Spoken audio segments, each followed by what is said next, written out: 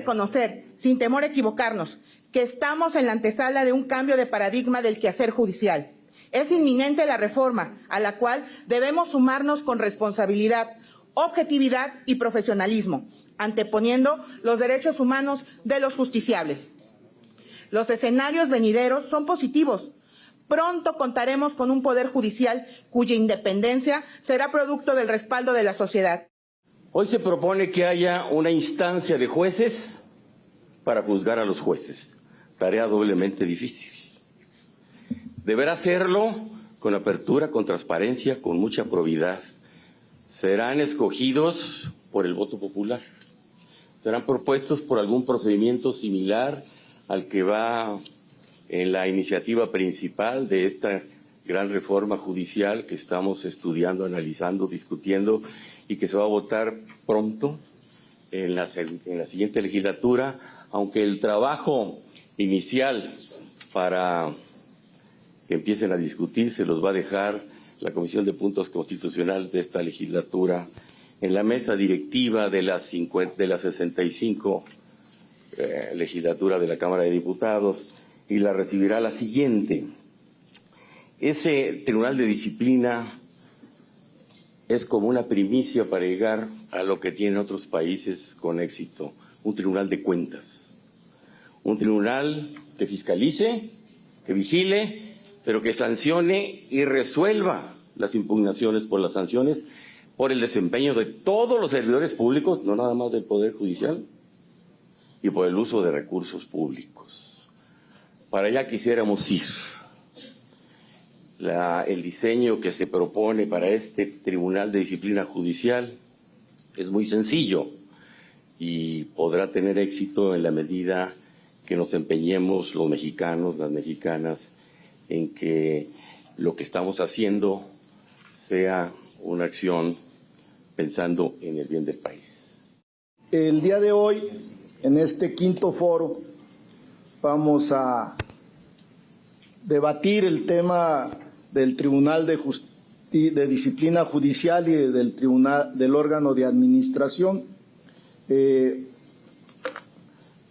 Son órganos novedosos que sustituirán al Consejo de la Judicatura, que, como bien dijo Juan Ramiro, se instauró en 1995. Venimos a escuchar, a dialogar, a tomar nota, porque es mentira que las 18 iniciativas del presidente en materia de reforma constitucional, entre ellas las reformas al Poder Judicial federal y local, no vayan a sufrir modificaciones, que no se vaya a mover ni una coma.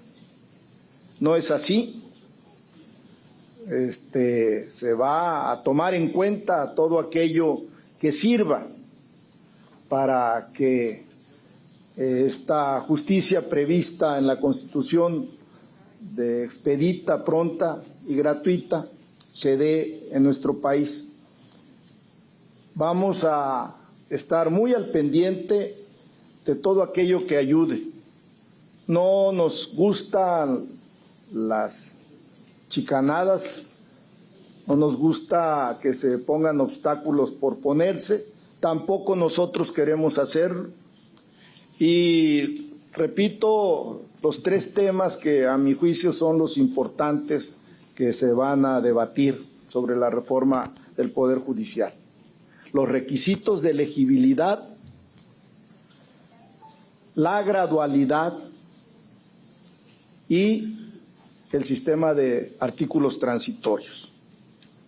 Creo que hay mucho que decir al respecto y yo confío que, como nosotros actuamos de buena fe, todos hagan lo mismo porque lo merece el país. El voto popular del 2 de junio dijo claramente que debería de haber una reforma al Poder Judicial Federal. El Consejo de la Judicatura se encarga de la administración, vigilancia y disciplina en el Poder Judicial Federal, y sus facultades tienen que ver con la designación, adscripción y promoción de magistrados y jueces. Si bien posee facultades disciplinarias y sancionadoras, en pocas ocasiones ha investigado o sancionado al personal judicial que incumple con sus deberes e incurre en conductas indebidas. Asimismo, tiene un vicio de origen, desde mi punto de vista, de que es presidida por el titular o la titular del Poder Judicial, en este caso de la Suprema Corte de Justicia de la Nación. Es decir, se concentran la función jurisdiccional y la función administrativa, cuyas naturalezas son, desde mi punto de vista, incompatibles. Nadie es ajeno a que el Consejo enfrenta serios problemas en la gestión de denuncias presentadas por los trabajadores del Poder Judicial contra sus superiores jerárquicos. El Consejo ha recibido denuncias en forma creciente, denuncias por faltas administrativas, acoso y abuso, que casi siempre concluyen con responsabilidades administrativas no graves. Derivado de lo anterior, se ha sancionado a 106 servidores públicos, pero si ya de suyo esta cifra es baja, se ve empañada con el hecho de que el 0.6 corresponde a sanciones económicas y el 99.4 a sanciones administrativas. Más del 30% fueron solo amonestaciones. Estos y otros datos relevantes, falta de rigor e ineficiencia, el Consejo actúa solamente como una barrera y protege a los infractores. Con ello desincentiva la denuncia de conductas irregulares. También hay falta de transparencia y rendición de cuentas. Los exámenes de oposición son amañados y hay dudas respecto de la imparcialidad objetiva, inclusión y participación equitativa en los concursos. Quiero mostrar solo un ejemplo. Tengo el estudio completo. Ojalá y se pueda agrandar en la pantalla. Un ejemplo de un circuito del Poder Judicial. Es un circuito donde el 66%, hay circuitos donde el 66% del personal es de parientes. La corrupción asociada al soborno o al peculado de altos funcionarios que poseen parientes en este alto porcentaje. Tengo todos los estados, incluyendo Veracruz, pero no lo hago porque estoy en casa. Todos los estados. Y no soy yo. Les voy a dar la cifra completa. Las 32 entidades. Pero no crean que es nuevo, ¿eh? No es nuevo. Este estudio lo hizo un consejero de la Judicatura en el 2017. O sea, no crean que yo estoy inventando el hilo negro. Lo hizo el consejero Felipe Borrego en el 2017 y ya advertía del grave problema que tenía la Judicatura, el nombramiento de jueces y magistrados y las redes clientelares de corrupción. Hay, pues, una legitimidad y un mandato popular para llevar a cabo esta reforma. Quien no lo quiera ver así, declaro, se quedará marginado y desdeñado por la historia. Adicionalmente, para este gobierno de Veracruz es imperante que se transforme el Poder Judicial Federal. Hace casi un año, el 16 de agosto del 2023, recurrimos a dar una conferencia de prensa a la Ciudad de México para levantar la voz a nivel nacional a fin de denunciar una escalada de liberaciones de verdaderos delincuentes por la vía del amparo concedida por jueces federales de los distritos judiciales en Veracruz. En ese entonces afirmé que la corrupción se solapa desde el Poder Judicial Federal y que es precisamente desde ese poder donde se está liberando a delincuentes. Sí, esos precisamente que asesinan, secuestran y matan. Esos que hoy tienen un manto de impunidad de la justicia federal y de la Suprema Corte de Justicia de la Nación. No se podía entender de otra forma porque con un documento machote, un formato base, el Poder Judicial de la Federación liberó a 33 delincuentes en Veracruz y entre ellos estaban 21 homicidas, pederastas y secuestradores.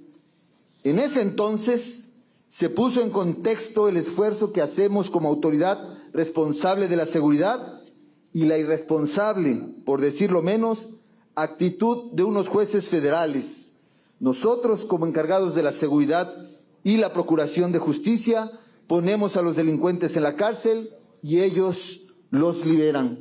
Creemos que la idea de un tribunal de disciplina judicial independiente de la Suprema Corte y del órgano de administración y que por ser tribunal debería garantizar la publicidad de los procedimientos disciplinarios podría representar ciertas ventajas, aunque la manera en que está planteado en la iniciativa implica algunos graves riesgos para los cuales proponemos alternativas. El primer y principal problema es que las causales propuestas en la iniciativa para investigar y en su caso sancionar a los funcionarios judiciales son muy generales y ambiguas, ya que contemplan actos u omisiones contrarias a la ley, al interés público o a la adecuada administración de justicia, que incluyen, entre otros, actos u omisiones de complicidad o encubrimiento de presuntos delincuentes.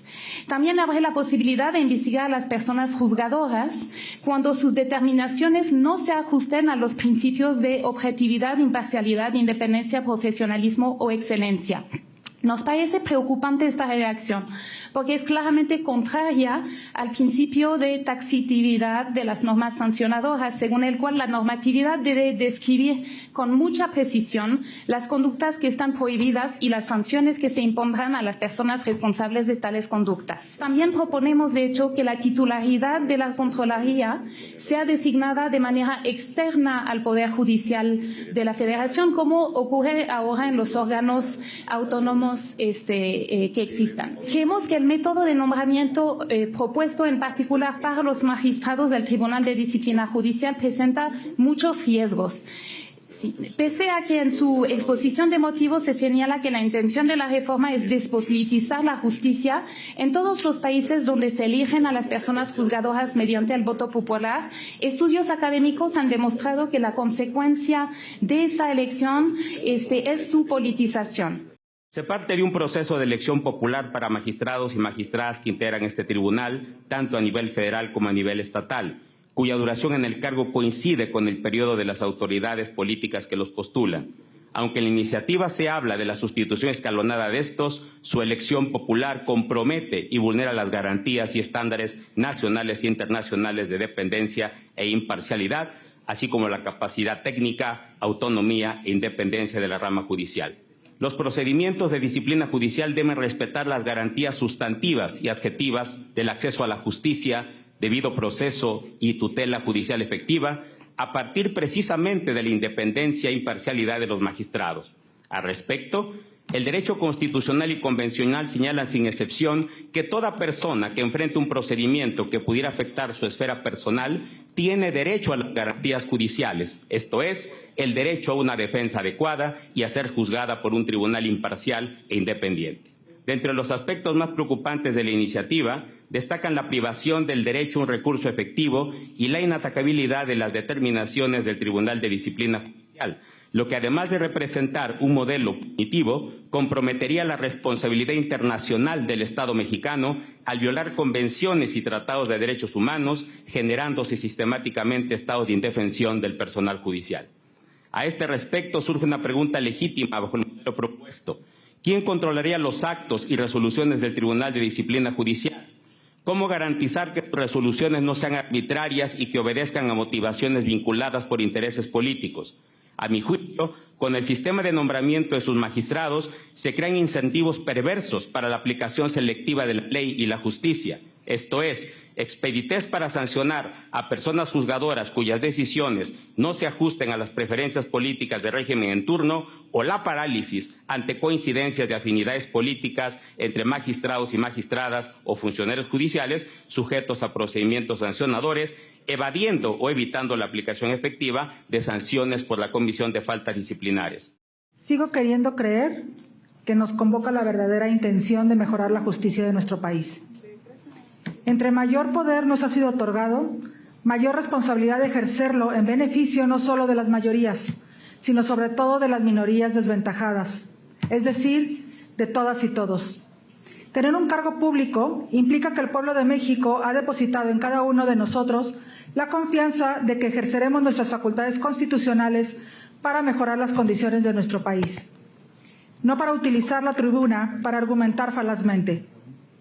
No es verdad que los jueces liberen delincuentes. Primero, porque en este país todas las personas tenemos presunción de inocencia. Y segundo, porque quien no cumple con sus obligaciones legales son las fiscalías. Y es a los jueces federales a quienes, por mandato constitucional, corresponde revisar la actuación también de esas autoridades. No cabe duda que se requiere una reforma, no de los poderes judiciales, del sistema de justicia en general, pero una estructural, seria, responsable, sin prisas ni sesgos. Sería importante para mejorar el sistema de justicia quizás en la actualidad que un ente público asesore a los denunciantes o víctimas en la elaboración de las quejas y durante el procedimiento administrativo. Yo les pregunto cuántos de los abogados postulantes aquí han llevado un procedimiento administrativo del lado del denunciante de la víctima. Siempre es de parte del servidor público. Ello tendría la finalidad de que se proporcionen elementos idóneos para la investigación y sanción de conductas reprochables y con ello mejorar el servicio de administración de justicia, que debo aclarar y hacer énfasis, lo dicho ya por los ministros y ministras, no es lo mismo que la labor que desempeñan los policías y el Ministerio Público, cuya función y capacitación para que haya una verdadera justicia es una cuestión prioritaria. Debo resaltar también en defensa del sistema actual que tiene el Consejo de la Judicatura Federal, que en el procedimiento disciplinario actualmente tenemos y se ha priorizado la utilización de medios tecnológicos para la celebración de las audiencias a través de videoconferencias, lo que permite hacer fácil el acceso a los procedimientos de todas y todas las personas involucradas y en todas las regiones del país. A los integrantes del Poder Judicial de la Federación se nos ha señalado con señalamientos simplemente genéricos y por eso se quiere llevar a cabo una destitución o cese de casi 1,700 juzgadores federales sin que se nos haya oído y vencido en un juicio previo. Esto es delicado porque somos personas que venimos en una carrera judicial de 10, de 20, de 30 años en el servicio, en el Poder Judicial de la Federación. No somos personas que no estemos creadas, somos personas que hemos trabajado y hemos dedicado nuestra vida. Hemos sido parte de procesos de selección en exámenes que se nos examina a fondo. Somos personas también que conformamos órganos jurisdiccionales a cargo de personas que también entregan su vida y su dedicación al trabajo jurisdiccional. Se nos ha señalado como personas que hemos sido ajenas al pueblo. Quiero señalar aquí que nosotros no estamos ajenos al pueblo. El primer momento en que nosotros tenemos el contacto con el pueblo es cuando presentan su demanda ante los órganos jurisdiccionales. Demandas que son analizadas, que son admitidas. Llevamos el proceso jurisdiccional adelante a través del juicio de amparo. Personas que acuden a las instalaciones de los juzgados de distrito, tribunales colegiados hasta la Suprema Corte de Justicia de la Nación. Son atendidos desde el oficial que nos ayuda en la limpieza del órgano jurisdiccional, los oficiales administrativos, los actuarios judiciales, los secretarios proyectistas y los operadores jurídicos, quienes los recibimos. Los atendemos a través de sus alegaciones y emitimos sus sentencias. Estamos cerca del pueblo a través de nuestras sentencias, las cuales son emitidas con base en un estudio exhaustivo de cada una de las constancias que estos se refieren. Somos un poder también transparente, no somos opacos. Tenemos algo que ha funcionado, habemos que reconocer. ha funcionado el sistema de méritos y de exámenes de oposición. Ha generado certeza con los problemas que se han mencionado en este foro, pero también por otro lado, los que estamos desde afuera del Poder Judicial, estamos claros que el Poder Judicial se requiere una reforma amplia y profunda. El tema de la carrera judicial me parece interesante y le corresponde al órgano de administración judicial. Me parece interesante que el elemento electivo se debe de incluir, esa sería mi opinión y sería mi propuesta, dentro o a la par del tema del mérito y los exámenes de oposición. La presente reforma no es orgánica. Ya hubo en su momento reformas judiciales orgánicas en la era contemporánea, que fue la reforma de 99, fundamentalmente, y la reciente del ministro Saldívar. Tampoco es judicial, ya fue la reforma de 6 de junio del 2011 constitucional a la ley de amparo y la ley respectiva. Esta es una reforma política y hay que entender que va a cambiar el Poder Judicial Federal. Si, como anuncia el Consejo de la Judicatura Federal, este año se espera que resuelvan o que atiendan 1.300.000 asuntos. Y si tienen un presupuesto para este año de 69.000 millones de pesos, ¿saben cuánto nos cuesta cada sentencia a nosotros? Nos cuesta 53.000 pesos. Y esto incluye sentencias de mero egreso, resoluciones que a veces, por la propia dinámica de las cargas de trabajo del pobre personal que se parte ahí toda su alma, es más difícil ir al fondo ya. Esto, en serio, requiere un remedio. El constitucionalista Héctor Fixamudio argumentó que la selección de jueces debe basarse en criterios de mérito y capacidad, no en popularidad. Es reprochable que la carrera judicial sea anulada en la propuesta de reforma judicial que estamos deliberando. Por otra parte, la necesidad de financiar campañas electorales puede generar conflictos de interés. Los jueces electos podrían estar menos inclinados a proteger los derechos de las minorías por ser impopulares.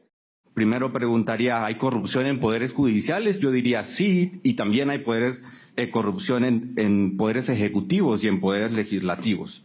La corrupción, ¿cómo se combate? Con mecanismos diseñados para ellos, como el Sistema Nacional Anticorrupción o como los mecanismos que existen.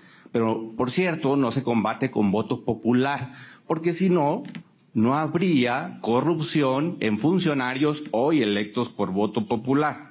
No desestimo que haya casos donde jueces y juezas hayan sido presionados o hayan recibido dinero para decidir en un sentido que favorece a personas acusadas de delitos.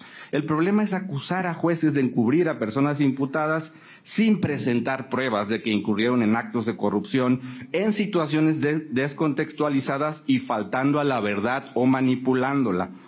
El anterior relator de Independencia Judicial de Naciones Unidas se refirió a sanciones encubiertas por parte de instituciones ajenas al Poder Judicial o incluso realizadas por el propio Poder Judicial. El Tribunal de Disciplina Judicial no se debería concebir bajo la idea de que toda orden de libertad de una persona es un acto de corrupción. La propuesta actual surge en ese ambiente. Una parte fundamental de la actuación de poderes judiciales implica que sean garantes de los derechos humanos. Las personas juzgadoras no deberían tener temor de declarar ilegales detenciones cuando policías privaron de libertad a personas, torturaron, ingresaron a casas sin orden judicial, intervinieron comunicaciones ilegalmente. Termino aquí, pero me preocupa que esta reforma, en realidad, de la que estamos dialogando, no es una reforma al sistema integral de justicia, sino es una reforma incompleta que queda a deber por sus ausencias y además es riesgosa para los derechos humanos de las personas. Es necesario alertar que con la división del Consejo en un órgano de disciplina o Consejo Disciplinario y un órgano de administración o Consejo de Administración se pierde integralidad en las determinaciones, cohesión de información y gobernanza. La creación de un tribunal de disciplina no cambiaría esta obligación. Por ende, este órgano no debe revisar el criterio jurisdiccional, pues existe todo un sistema recursal con instancias y mecanismos de impugnación. Pretender lo contrario constituiría al Tribunal de Disciplina en un órgano inquisitorio y de persecución que atente contra los principios constitucionales y tratados internacionales que establecen la obligación de los Estados de garantizar la independencia judicial, entendida como un componente esencial del derecho humano a un juicio justo y a la protección judicial efectiva. Las premisas de la reforma no son tales. Y no se van a solucionar si sacas lo que funciona. Dice un principio empresarial, lo primero que tienes que hacer cuando empiezas es dejar lo que sirve y sirve bien. Si mi licuadora funciona, no la voy a tirar a la basura. Eso es lo que hay que hacer. Bueno, ¿y entonces qué hacemos? Tenemos que trabajar en equipo, como un sistema integral, fiscalías, justicia local. Nosotros revisamos a las autoridades arbitrarias y ¿sabes qué? No es rezago, es saturación. Porque todo lo que no funciona viene a dar al Poder Judicial Federal. ¿Qué hay que hacer? El sistema de oralidad. Tenemos que darle más juego. Tenemos que establecer sistemas de arbitraje. Tenemos que evitar que las cosas no funcionen abajo para que no todo termine en terapia intensiva del sistema de justicia que somos nosotros, la justicia constitucional. Y para eso necesitas jueces de excelencia que han dedicado la vida al estudio, al trabajo serio, a la responsabilidad, porque, ¿saben algo? Para nosotros los juzgadores esto no es un trabajo, es una vocación de servicio.